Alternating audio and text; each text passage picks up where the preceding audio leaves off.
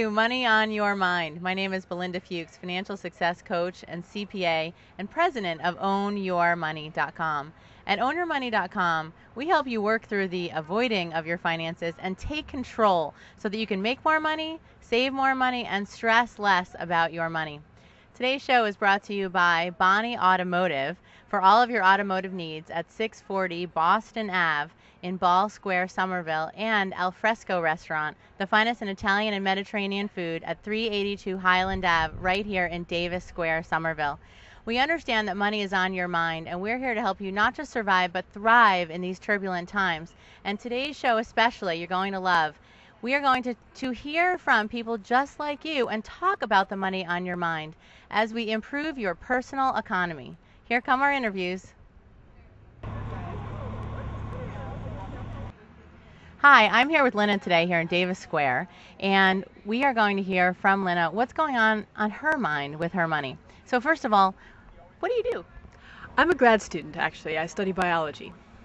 Fantastic. And what are you finding that you're worrying about currently when it comes to your money? I actually feel like I'm in a pretty good position. I look at other people, a lot of my friends who graduated from college and have been looking for jobs and have had trouble with that. The nice thing about being a grad student is you have pretty good job security. So for the next couple of years, I basically have a salary that I can live off of. Do you have any suggestions for your friends here? So, I mean, basically what I tell my friends when they talk to me is just to keep trying, right? To keep looking, keep trying to find a job, keep applying to whatever is out there. But it's really rough. How long have your friends been looking for work at this point? Well, I have one that I think of in particular, and she actually recently did find a job. She was pretty lucky in that, but it took her, I think probably after she finished her master's, a solid 2 years to find a decent living job. So she was working a couple part-time jobs, just trying to stay afloat. Her parents were helping her out a little bit, so she was lucky in that she had her parents. Another friend of mine actually had been working for a nonprofit for the last couple of years, and now their funding dried up, and so she suddenly lost her job, and so she's still in the process, and she's been looking for several months and getting very discouraged. So do you have any idea in terms of how much you spend versus how much you make in a given month? Actually, I managed to balance it out pretty well. So I'm careful. I live with a roommate. We have a 2-bedroom apartment. We're pretty frugal. I don't eat out a whole lot. I found that I like to cook. And to get fresh food, I joined a CSA Which stands for what? Community supported agriculture, actually. And people think of that as being a more rich person's kind of thing, but I found that when it balances out, I'm paying about $30 a week for eggs and all the vegetables I can possibly eat. I'm freezing some every week. And that keeps me from, doing the easy thing and going out for lunch or something, because I have this food in my fridge and I have to eat it. So I've managed to balance my budget pretty well. I don't save a lot. So I'm hoping that, once I graduate, I can find a job pretty quickly. But as far as living goes, I mean, I'm not building up any debt or anything like that. I'm paying off my credit cards every month. That's really good. So when it comes to, congratulations that you are tracking it, and that you are making sure. One thought for you and for everybody watching is that even when you feel like you are living so close, to start to save something, even if it's $10 a week, $20 a week, so that way you can start to see it build, and that you can say to yourself, okay, I'm inspired and I want to be saving for X. If you were to think of one thing that you want to be affording and saving for, what would that be for you? Well, I think my weakness tends to be musical instruments. I play the flute, and I kind of like to collect them. And I really enjoy learning new instruments, so even though I might not be very good at it, I would love to maybe get myself a saxophone or something like that. But that's definitely not in the cards right now, and I'll have to wait a while for that. I'm also... How much does it cost? A low-end one costs several $100s. Higher end can go up into the thousands.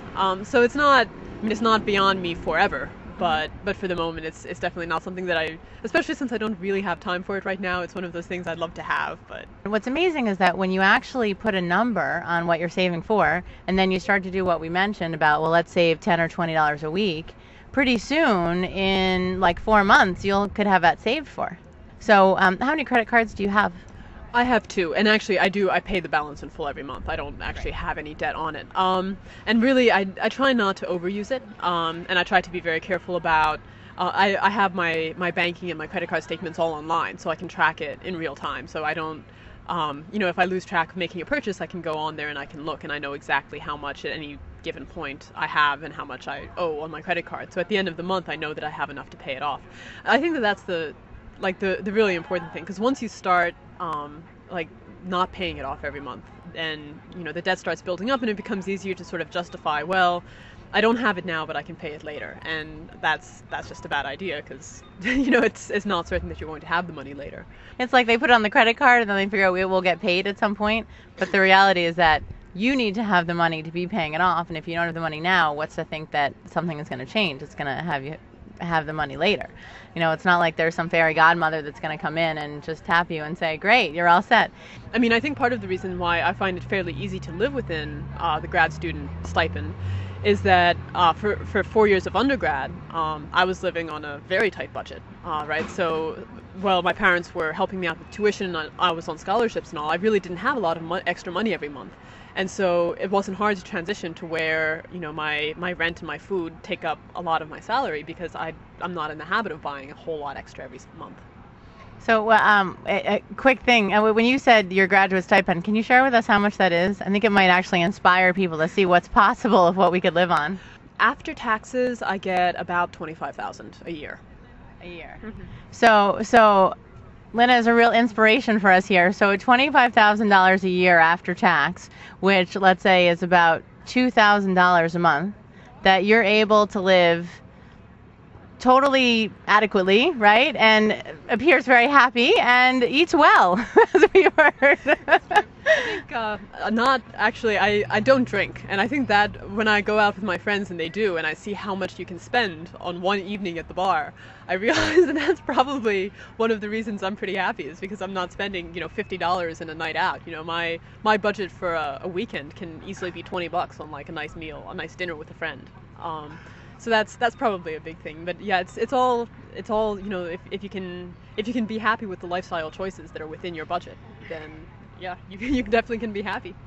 That's exactly it. We're all learning to live within our means and create the lifestyle that we want that works.